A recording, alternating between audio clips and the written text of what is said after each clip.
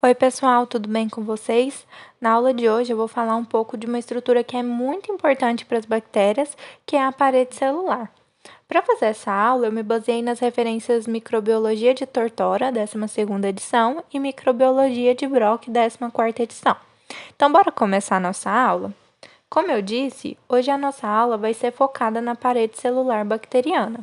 Hoje nós vamos saber sobre as características e as funções dessa estrutura. Mas por que então que as bactérias possuem a parede celular? Bom, a parede celular ela está presente porque a bactéria, ela precisa fazer com que a célula bacteriana resista à pressão osmótica que é proporcionada pelo citoplasma, evitando então que as bactérias sofram a lise celular. Ou seja, ela previne a ruptura das células bacterianas quando a pressão da água dentro da célula é maior que fora da célula. Essa pode ser considerada a sua principal função. Portanto, guarde isso aí e é uma coisa que você não pode esquecer. Bom, além de ser responsável por garantir a forma e a rigidez, então, das células bacterianas, a composição da parede celular acaba dividindo as bactérias em dois grandes grupos, que são as bactérias gram-positivas e bactérias gram-negativas. Ambos os grupos eles possuem a parede celular composta por peptídeo-glicanos. Aí você deve estar então agora se perguntando, mas Mai, você falou que eles diferem quanto à composição e acaba de falar que são compostos pela mesma substância? Não tem algo errado aí?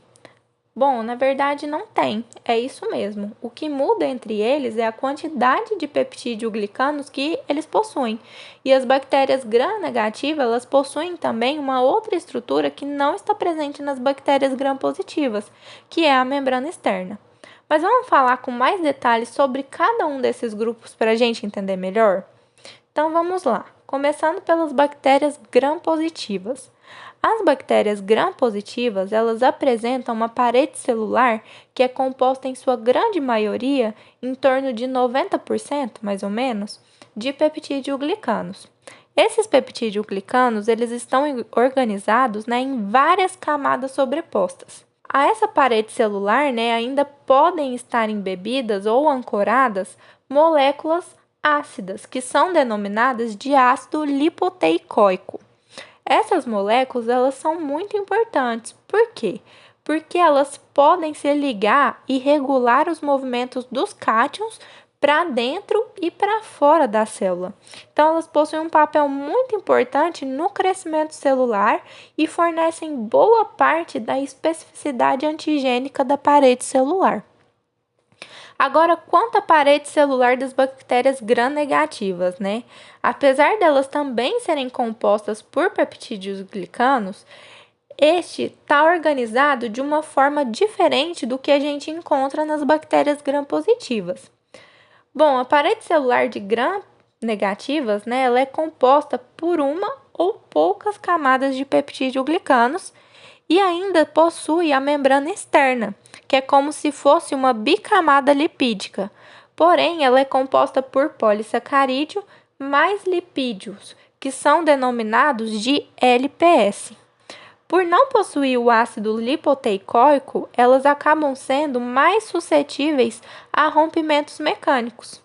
Porém, a membrana externa de LPS ela pode garantir algumas funções, como evasão da fagocitose e do sistema complemento devido à sua forte carga negativa.